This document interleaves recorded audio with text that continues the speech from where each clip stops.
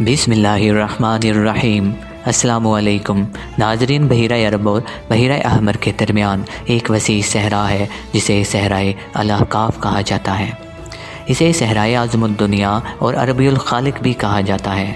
الاحقاف لفظ حقف کی جمع ہے جس کا مطلب ہے بلند و بالا اور وسیع و عریض ریت کے ٹیلے۔ اس بیاباں صحرا میں سفر کرنا تو دور کی بات، اس کے اندر قدم رکھنے کا بھی تصور نہیں کیا جا سکتا کہ موت کی اس وحشتناک وادی کی جانب رخ کرنا خودکشی کے مترادف ہے۔ یہی وجہ ہے کہ مقامی بدوؤں سے لے کر مہم جو سیاحوں تک کوئی اس صحرا کے قریب جانا پسند نہیں کرتا۔ سفید اور باریک ریت کے ہزاروں فٹ اونچے پہاڑوں میں اگر کوئی شے پھینکی جائے تو وہ لمحوں میں غرق ہو جاتی ہے۔ بے شک یہ صحرا اللہ کی کلی نشانیوں میں سے ہے۔ الاحقاف نامی اس خوفناک وادی کو دیکھ کر یہ گمان بھی نہیں کیا جا سکتا کہ یہ کسی زمانے میں دنیا کا سب سے زیادہ سرسبز و شاداب علاقہ رہا ہے، جہاں بے شمار پھلوں اور پھولوں کے وسیع باغات، ٹھنڈے پانیوں کے چشمے، آبشاریں اور بلند و بالا عمارتیں تھیں، جس میں دنیا کے سب سے زیادہ طاقتور، مالدار اور شاندار تمدن رکھنے والی قوم عاد آباد تھی۔ یہ دنیا کی سب سے زیادہ قداور اور زوراور انسان تھے۔ اتنے طاقتور لوگ اللہ نے پھر پیدا نہیں کیے، جیسا کہ اللہ تعالیٰ نے قرآن مجید میں ارشاد فرمایا ہے، ان جیسی کوئی قوم اور ملکوں میں پیدا نہیں کی گئی۔ حضر موت اور نجران کے درمیانے علاقے الاحقاف میں قوم عاد کے جسے قوم ارم بھی کہا جاتا ہے، اس کے 13 قبائل آباد تھے۔ قوم عاد کے الاحقاف میں رہنے سے متعلق قرآن مجید میں اللہ تعالیٰ نے ارشاد فرمایا، یاد کرو ہود کو جب اس نے اپنی قوم کو احقاف میں ڈرایا۔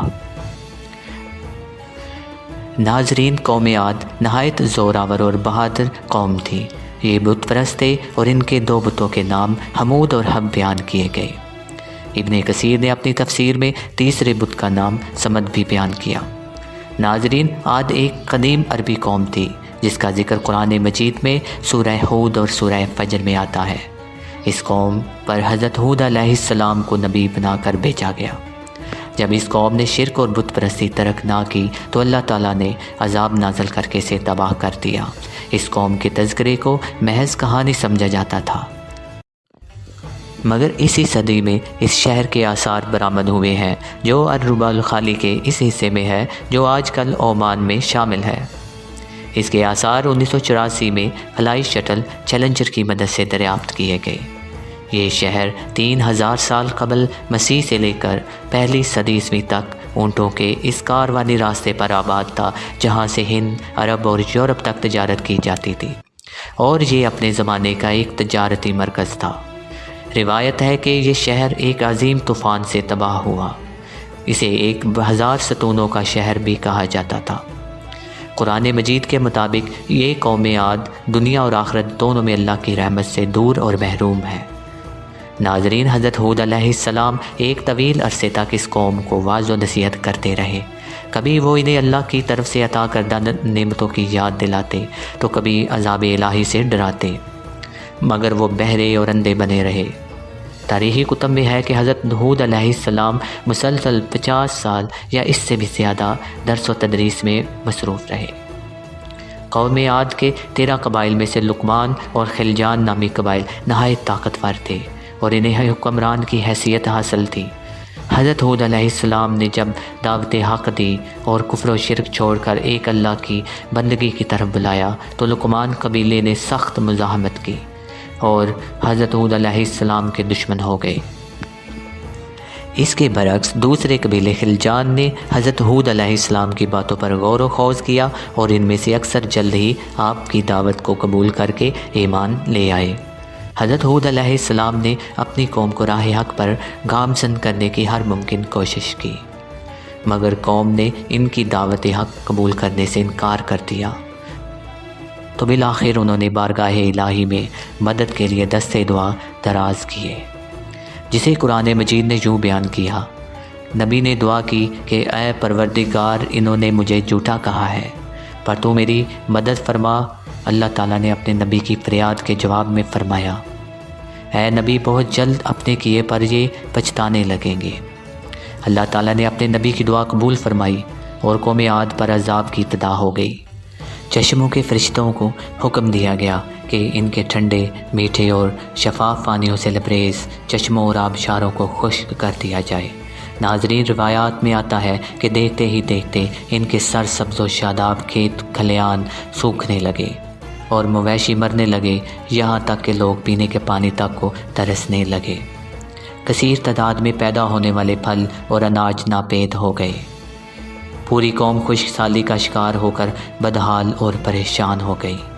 یہ سلسلہ مسلسل 3 سال تک جاری رہا۔ حضرت ہود علیہ السلام نے اپنی قوم کی طرف دیکھا تو پریشان ہو گئے۔ آپ بہت افسردہ اور پریشان رہنے لگے، اور پھر ایک دن انہوں نے اپنی قوم سے فرمایا، اے میری قوم کے لوگوں، تم اپنے پالنے والے سے بخشش مانگو، اس کے آگے توبہ اور استغفار کرو، وہ تم پر آسمان سے بارش برسائے گا اور تمہاری طاقت و قوت میں اضافہ فرمائے گا، اور دیکھو گناہگار بن کر روگردانی نہ کرو۔ قرآن کریم اور احادیث مبارکہ میں توبہ اور استغفار کے بڑے فوائد بیان کیے گئے ہیں۔ ناظرین، ابن ماجہ اور ابن داؤد میں حدیث مبارکہ ہے، جو پابندی سے استغفار کرتا ہے اللہ رب العزت اس کے لیے ہر فکر سے کشادگی اور ہر تنگی سے راستہ بنا دیتا ہے، اور اسے ایسی جگہ سے رزق دیتا ہے جو اس کے وہم و گمان میں بھی نہیں ہوتی۔ بہرحال حضرت ہود علیہ السلام کے لاکھ سمجھانے کے باوجود اس قوم پر کوئی اثر نہ ہوا، بلکہ نہایت ڈٹائی کا مظاہرہ کرتے ہوئے کہنے لگے کہ ہم محض تیرے کہنے پر اپنے معبودوں کو نہیں چھوڑ سکتے جو ہمارے آباء و اجداد سے چلے آ رہے ہیں۔ قرآن کریم نے اسے یوں بیان کیا ہے کہ قوم عاد کہنے لگے، اے ہود، تم ہمارے پاس کوئی دلیل تو لائے نہیں، اور ہم صرف تمہارے کہنے سے نہ اپنے معبودوں کو چھوڑنے والے ہیں اور نہ تم پر ایمان لانے والے، بلکہ ہم تو یہ سمجھتے ہیں کہ ہمارے کسی معبود نے ہی تمہیں آسیب زدہ کر دیا ہے۔ ناظرین، عذاب الہی کے ابتدائی مراحل میں خشک سالی نے قوم عاد کی حالت ابتر کر دی۔ ان کے سرداروں اور دانشوروں نے اسے نجات پانے کے لیے مختلف تدابیر پر غور و فکر شروع کر دیا۔ یہ بات بڑی حیران کن ہے کہ پچھلی قوموں پر جب کبھی کوئی مشکل آن گرتی تو اس سے نجات کے لیے حجاز مقدس کا سفر کرتے اور بیت اللہ شریف میں جا کر اللہ کے آگے آہوزاری کرتے، یعنی کافر قومیں بھی اس حقیقت کو تسلیم کرتی تھیں کہ اس ارض و سما میں ایک لا پانی قوت موجود ہے، مگر اس کے باوجود جب نبی اور رسول ان سے یہ بات کہتے تو ان کی عقل پر پردہ پڑ جاتا۔ قوم عاد کے سرداروں نے بھی یہی فیصلہ کیا کہ قوم کے سرکردہ افراد بیت اللہ شریف جا کر اندیکھے خدا کے سامنے فریاد کرتے ہیں۔ چنانچہ مختلف قبائل کے سرداروں اور دیگر اہم افراد پر مشتمل 70 افراد کا ایک وفد حجاز مقدس روانہ ہوا۔ اس زمانے میں مکہ مکرمہ پر قوم امالیق کی حکومت تھی، جس کا سردار معاویہ بن بکر تھا۔ معاویہ کی والدہ قوم عاد سے تعلق رکھتی تھی۔ ویسے بھی معاویہ بن بکر قوم عاد کی شان و شوکت سے بڑا متاثر تھا، چنانچہ اس نے وفد کی بڑی خاطر مدارت کی اور اسے بڑے عزت و احترام سے اپنے ہاں ٹھہرایا۔ طبری کی روایت ہے کہ اس وفد میں 2 افراد مرشد بن سعد اور لقمان بن لقیم صاحب ایمان تھے، اور حضرت ہود علیہ السلام کے پیروکار بھی تھے۔ غالباً ان کا تعلق قبیلہ خلجان سے ہوگا۔ ان دونوں کے علاوہ باقی سب افراد کافر اور بت پرست تھے۔ معاویہ نے ان کے اعزاز میں رقص و سرور کی محافل کا اہتمام کیا، اور تقریباً 1 ماہ تک یہ لوگ اپنے آنے کا مقصد فراموش کر کے عیش و عشرت اور شراب و شباب کی محافل میں مدہوش رہے۔ چنانچہ ان کا قیام طویل ہو گیا تو معاویہ بن بکر کو ان کے واپس جانے کی فکر لاحق ہوئی۔ کافی سوچ بچار کے بعد اس نے ناچنے گانے والیوں کے ذریعے چند اشعار کی صورت میں انہیں ان کے آنے کا مقصد یاد کروایا، جس پر وفد کو ہوش آیا۔ تاریخی کتب میں درج ہے کہ اس موقع پر وفد میں شامل مرشد اور لقمان نے ایک بار پھر انہیں سمجھانے کی کوشش کی کہ جو کچھ حضرت ہود علیہ السلام کہتے ہیں اس پر ایمان لے آؤ، مگر وہ نہ مانے۔ وفد بیت اللہ شریف گیا اور بارش کی دعائیں مانگنا شروع کر دی۔ ابھی تھوڑی ہی دیر گزری تھی کہ اللہ رب العزت نے آسمان پر 3 رنگوں کے بادل بھیج دیے، جن میں سے ایک سفید، دوسرا سیاہ اور تیسرا سرخ۔ اس کے ساتھ ہی آسمانوں سے ندائے غیب آنے لگی۔ اپنے اور اپنی قوم کے لیے ان تینوں میں سے کسی ایک بادل کو پسند کر لو۔